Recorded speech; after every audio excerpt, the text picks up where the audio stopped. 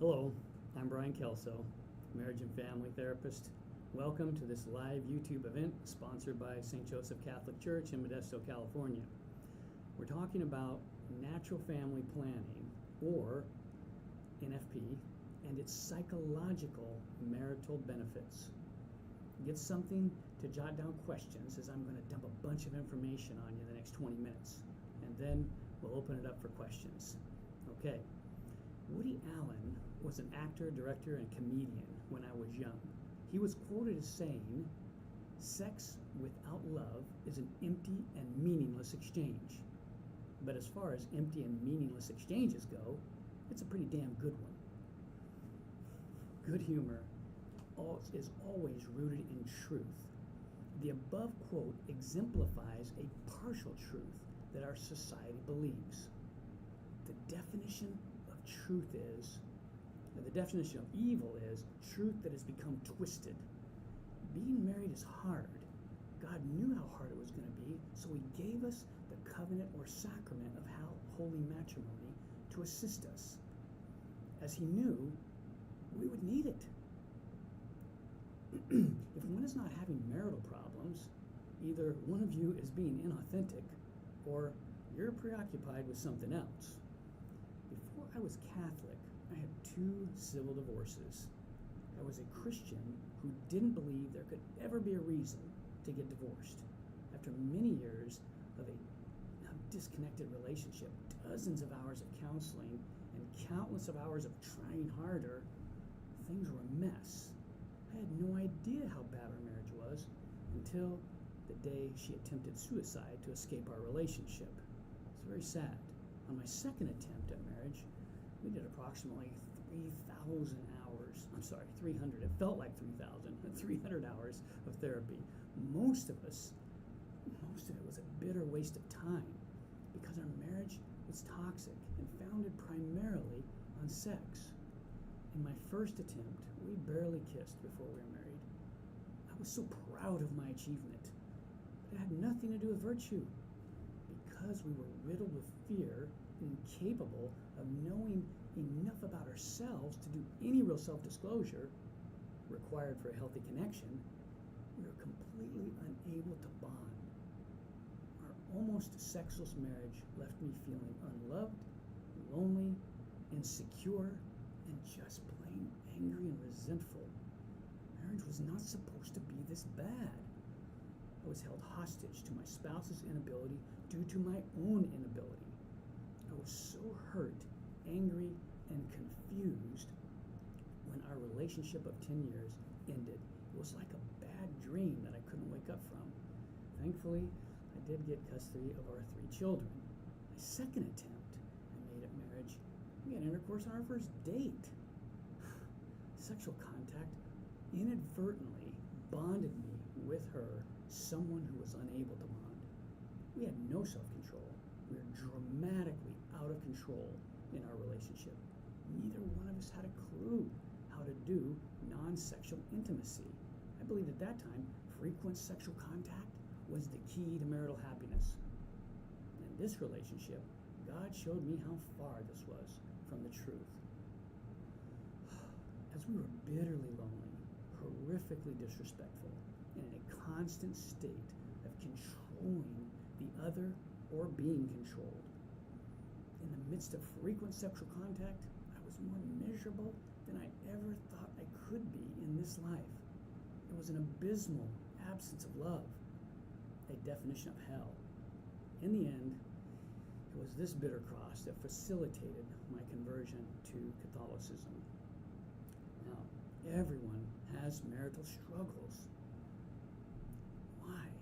Due to the lack of training or bad training we have for marriage, as most marriages get harder over time, which is why you hear about people being married for 10, 20, 30, even 40 years and ending in divorce.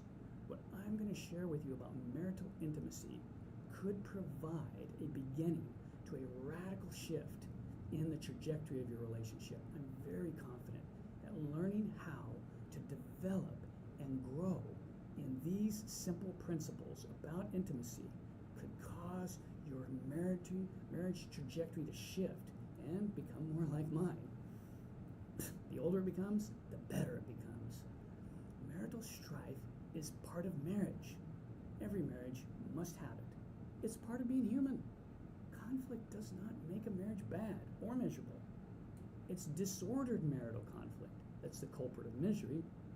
NFP becomes challenging or a source of pain to couples who have one critical element of disordered marital strife. It's the simplest one in the principles of the list of critical ones to maintain for healthy marital conflict. But this important principle does tend to be one most overlooked due to the adoption of the Woody Allen quote. Here's the key principle.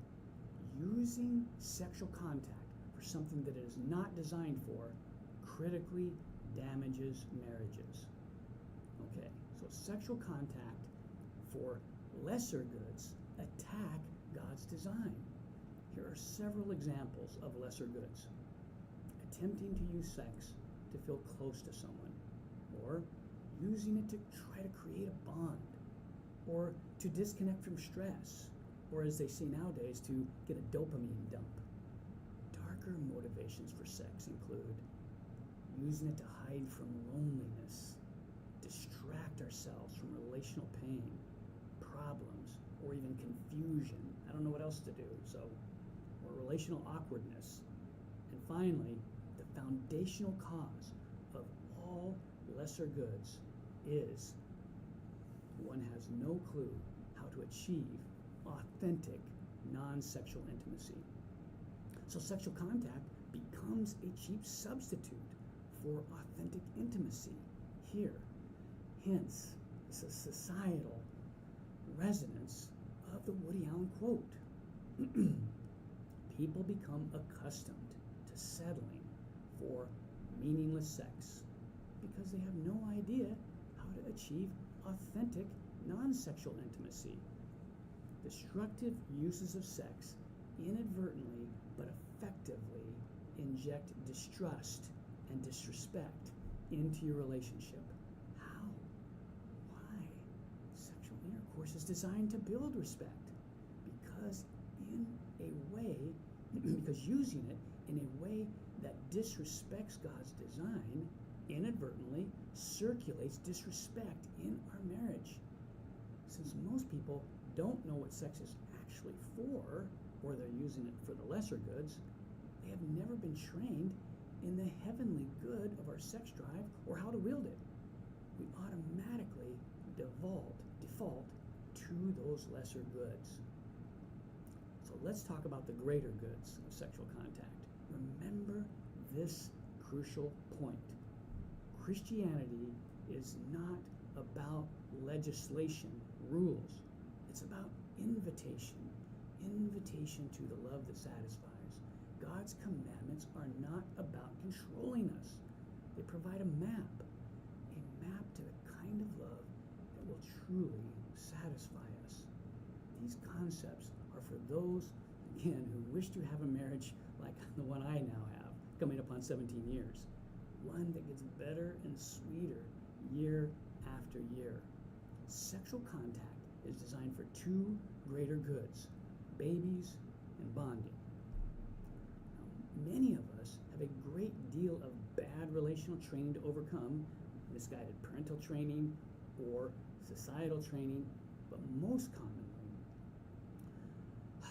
we have never learned about healthy marital conflict and how to limit the use of sex to those two greater goods.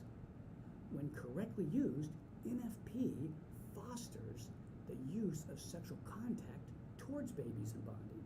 Again, there's a great deal of misinformation on this topic. My present goal is to just give you a few highlights to prompt further questions and inquiry. Okay, a few words about babies.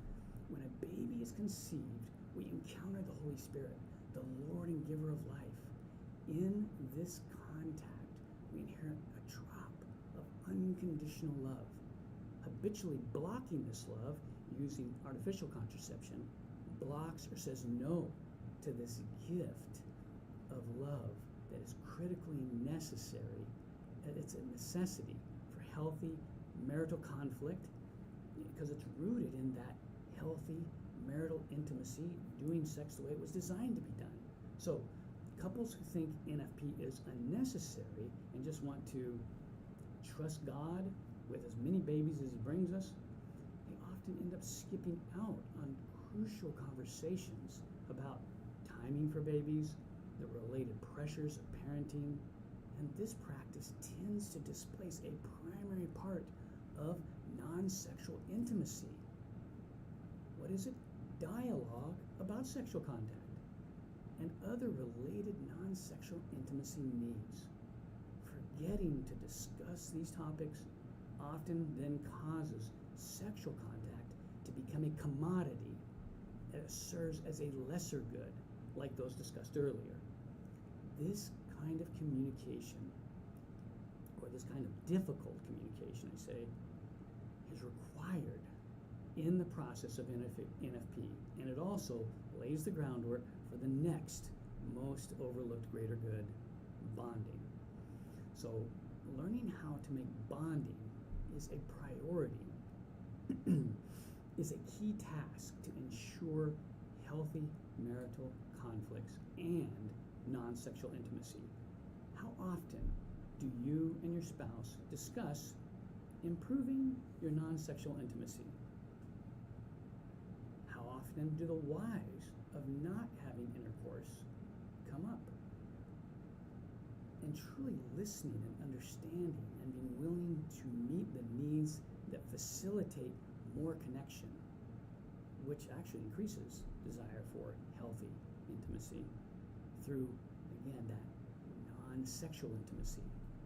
The need to must have sex inadvertently but effectively blocks our ability to experience this incredible gift of intimacy we can bring to our marriage, the gift of non-sexual intimacy. Disordered conflicts about sex, they block the authentic bond sex is designed to facilitate, and instead becomes a source of marital sadness, conflict, and manipulation. I cannot overemphasize the damage this wields in marital relationship. This harm begins for most of us before we get married. We do it in two ways. Most commonly, we begin engaging in sexual intercourse before getting married, or bringing each other orgasm. It does the same thing. Less commonly, we avoid anything that might have to do with the slightest sexual arousal before marriage. Healthy marital conflict takes self-control. Self-control is a muscle that is built in the same way a bodybuilder builds muscle, through flexing and straining. It becomes, if we become sexually aroused, it drives the if or when, that drives the if or when, or of when we have sex, or when we become intimate, we solidify the practice of being out of control, or prioritizing self-gratification in our relationship.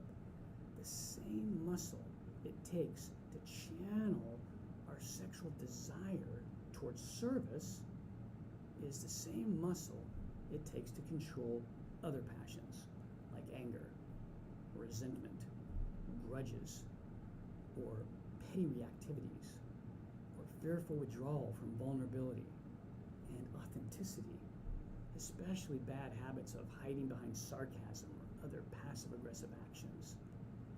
Passionate or emotional triggers that evoke a knee-jerk response are common in marriage.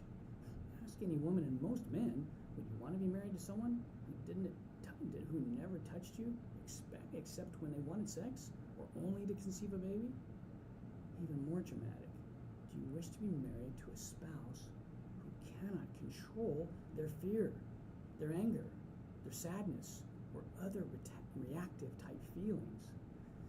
The answer is obvious.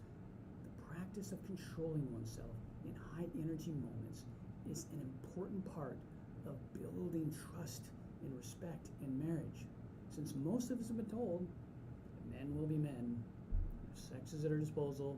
We just can't control ourselves.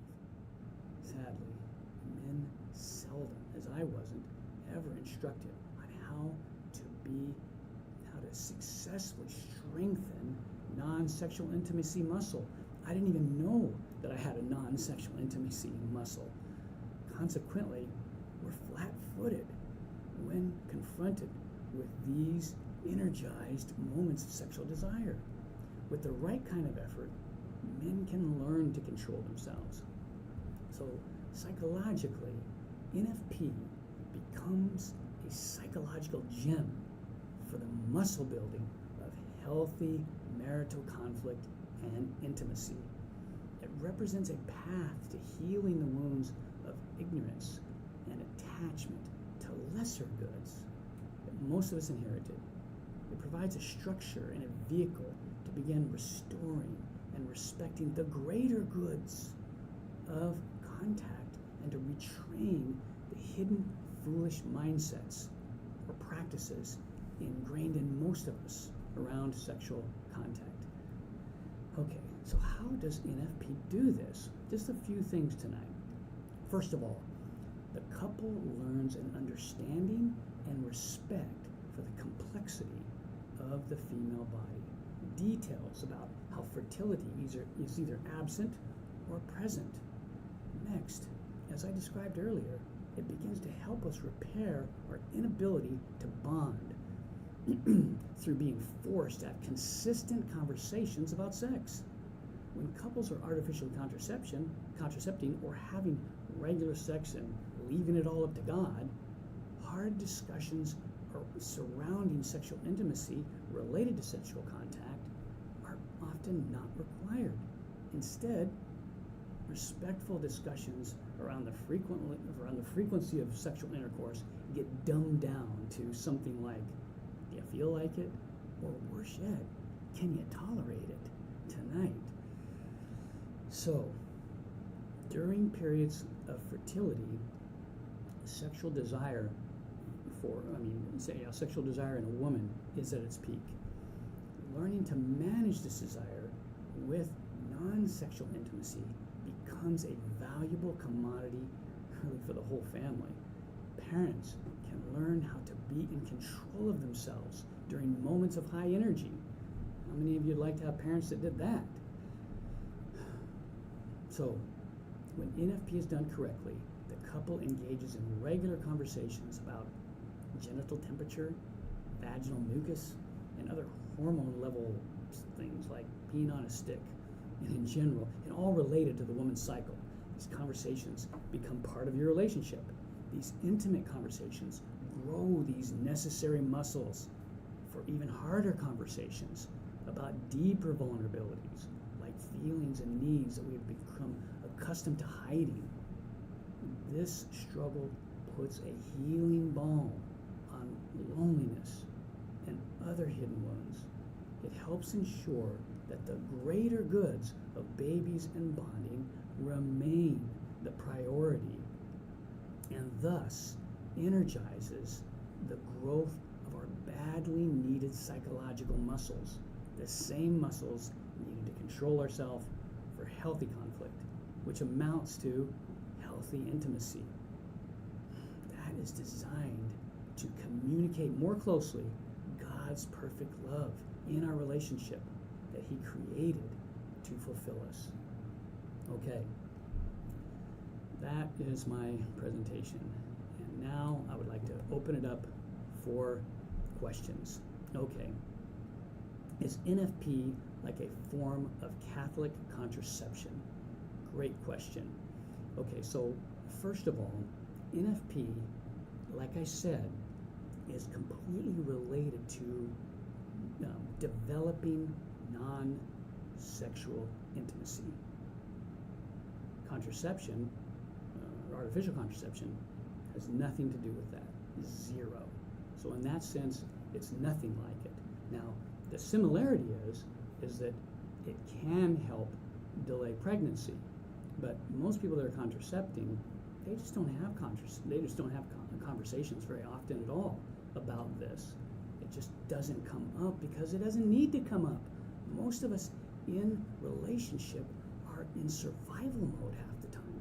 And contraception, artificial contraception, keeps people, keeps families in that survival mode. Okay, we don't ever have to manage or talk about or grow our sexual desire or learn how to control it. We just do it whenever we want. And see how that's nothing like NFP? NFP, depending on a woman's cycle, you could have 10 or more days a month where you have to do non-sexual intimacy or you're going to have a baby. But if you want to have a baby, that's great. You can talk about it, as opposed to just like, okay, we're never going to talk about it without that other. So, so that's. I hope that answers that question. Ask a follow-up question, please, if that didn't answer it. Okay, the next question is, how can someone plan their children but still say they're doing God's will? Okay, so when it comes to God's will, that's kind of a big subject, but I'll see if I can answer it really quickly. So the scripture says, there's a couple, one from the Old Testament, one from the New. The Old Testament says, I'm trying to remember the quote. If you, oh my gosh, no, I've gone blank here. Okay, let's do the New Testament quote from St. John. If you're walking in the light, you do what you will, and that is the will of God. When it comes to things about managing the things of this world, the things of this earth, the will of God is we stay connected to Him and He guides us. Now, there are times in relationship where He guides us to put space between birth of children. He just guides us to do that because it's prudent. And sometimes it's prudent to have less children because of what people are called to do. But we listen to the voice of God. And that's how we kind of determine the will of God. The Old Testament quote, now I remember, if you delight yourself in the Lord, He will give you the desires of your heart. So delighting yourself in the Lord now, it becomes this thing where God is my source of happiness. It's not sex. It's not how many children I have, how many children I don't have. It's God. And walking in the light means I'm more interested in staying connected to God than I am managing the things of this earth. Now, are we called to manage the things of the earth? Of course. But we will manage them according to the will of God when we keep first things first. And that's keeping the first thing first is staying honest about your own limitations and about the limitations of your family, the limitations of your spouse, and being honest about that rather than trying to power through and make ourselves be faithful with something that we're actually not, that we're not down for. And I've talked to many Catholic couples who have had lots of children before they were ready, and it wasn't like it was a bad thing. Of course, God uses that, but so many feel the pressures of it and don't have the freedom to be honest about the limitations of what they believe. And again, it's about discussing, about having discussions. That's really what this is about, is facilitating authentic, non-sexual intimacy. And so that is the will of God. So another way of saying it, and Jesus in the Sermon on the Mount, He said, let your light shine, that men may see the good work in you and glorify God who's in heaven. So again, the main thing is we're downloading this love of God that says, my thoughts and my feelings matter. If I'm weak, I get to say I'm weak, and I still get to be loved. If I get to say, hey, God, I can't bear any more children right now, I need your help. But again, I'm delighting in God to be the source, not me or other things. I hope this makes it clear. Please ask a follow-up question if that doesn't answer your question. Right now, I don't have any other questions up, so feel free to ask any more questions if somebody wants to. In the meantime, while I'm waiting, I'm going to share a few resources. Now, if you haven't heard of Theology of the Body, it's a critical way of starting to understand the value and the goodness of one's sex drive. Because that's part of what helped me in my healing from this disordered past that I had. It was the motivation. As St. Paul says, the more sin there is, the more grace there is. So I was really looking for understanding of the meaning of my sex drive. And so in the Theology of the Body study, I found this book to be the greatest introduction. This is called, as you can see the title here, Fill These Hearts. So this is by Christopher West, and this is my favorite first book. It's relatively simple, it's relatively short, but it kind of meets us where we are in the culture, and I highly recommend that as a starting place. If you want to know more about contraception and how it's quite different from NFP and how it's quite different from artificial contraception, this is a real good book by Patrick Coffin, Sex on Natural. So it goes into some of the science and some of the psychology of the benefits of NFP. Highly recommend that. If you want to go to a more detailed theological dive into the theology of the body as it relates to marital sex, then I highly recommend this book. Because this one, Heaven's Song, it's really about the Song of Songs and the value of understanding how sex is designed to be a mirror or a shadow, a foretaste of how God loves us. It's the clearest picture, St. Paul says in his writings, of how the conjugal act most reflects how God loves us. And that book, Heaven's Song, is a great introduction to those theological concepts. And the last one, now this book, I don't really like the title of this book very much. It should have been named a little differently, but it's good, and that is this book by Greg Popchak, Holy Sex.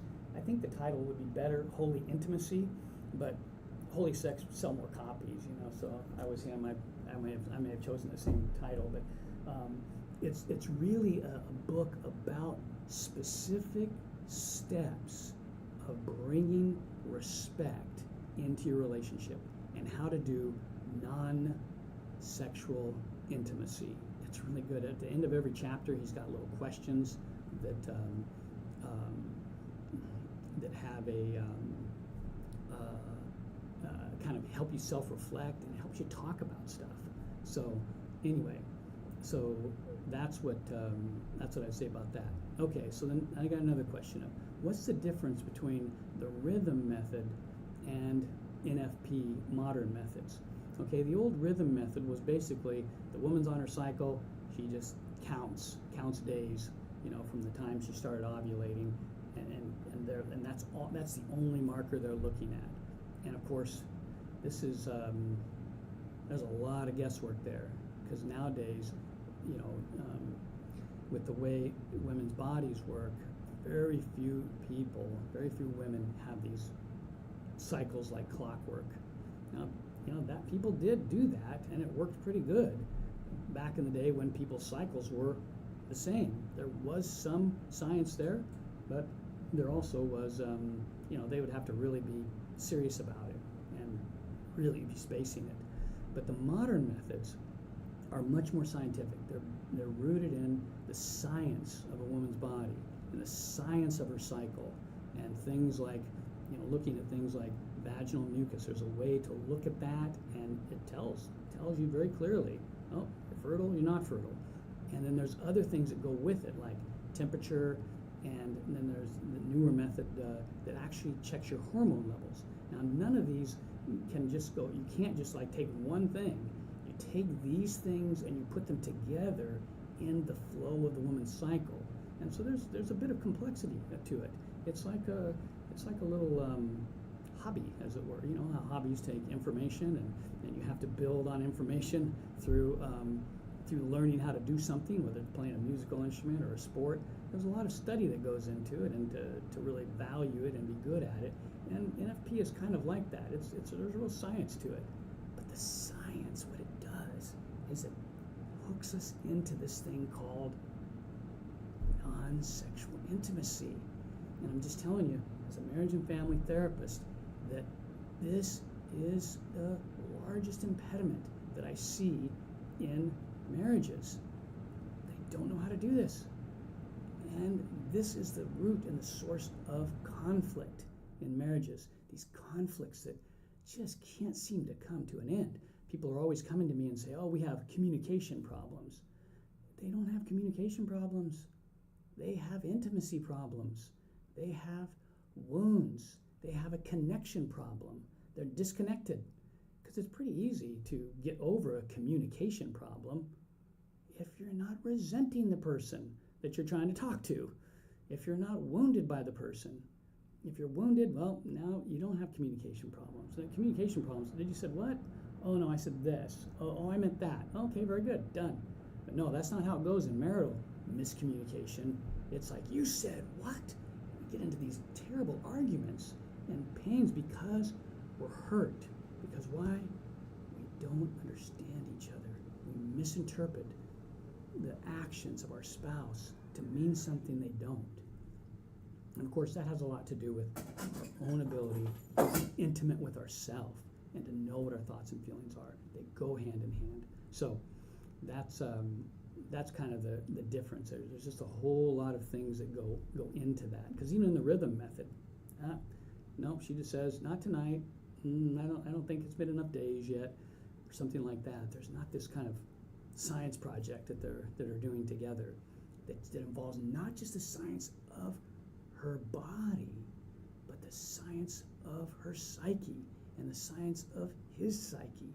Just a beautiful, beautiful entrance into this non-sexual intimacy that does create so much healing and so much bonding power by communicating about these things. And again, that enables us to communicate about harder things, as I shared earlier. So if it doesn't look like anybody else has any questions, I guess we can end for tonight. I hope that this has been valuable. I can wait for a couple more minutes, and I could share this one thing that I cut out of my talk. When I was a painting contractor for a number of years before I was Catholic, and even after I became Catholic, and during that time that I was contracting, I had this obsession for getting better all the time. I got paid by the hour. I didn't get paid by the hour, I got paid by the job. So the faster I got, the more money I made. And I went from making about $20 an hour to over $200 an hour, because I just learned these techniques. I educated myself on certain ways to get faster, to find new products and do cutting edge type stuff. And the reason I'm sharing this with you is this is my approach to my therapeutic work. And this is why I just absolutely love NFP, because it's like a trade secret that enables couples in this modern society where we have been poorly trained by our parents usually as far as how to do healthy relationship. It's just an amazing trade secret of relational and psychological healing. And that's why I absolutely love it, because it is a technique for mastering that non-sexual intimacy that's incredibly valuable in marriage. Well, there's no other questions up, so I guess we will call it a night. Thanks again for joining us. God bless you.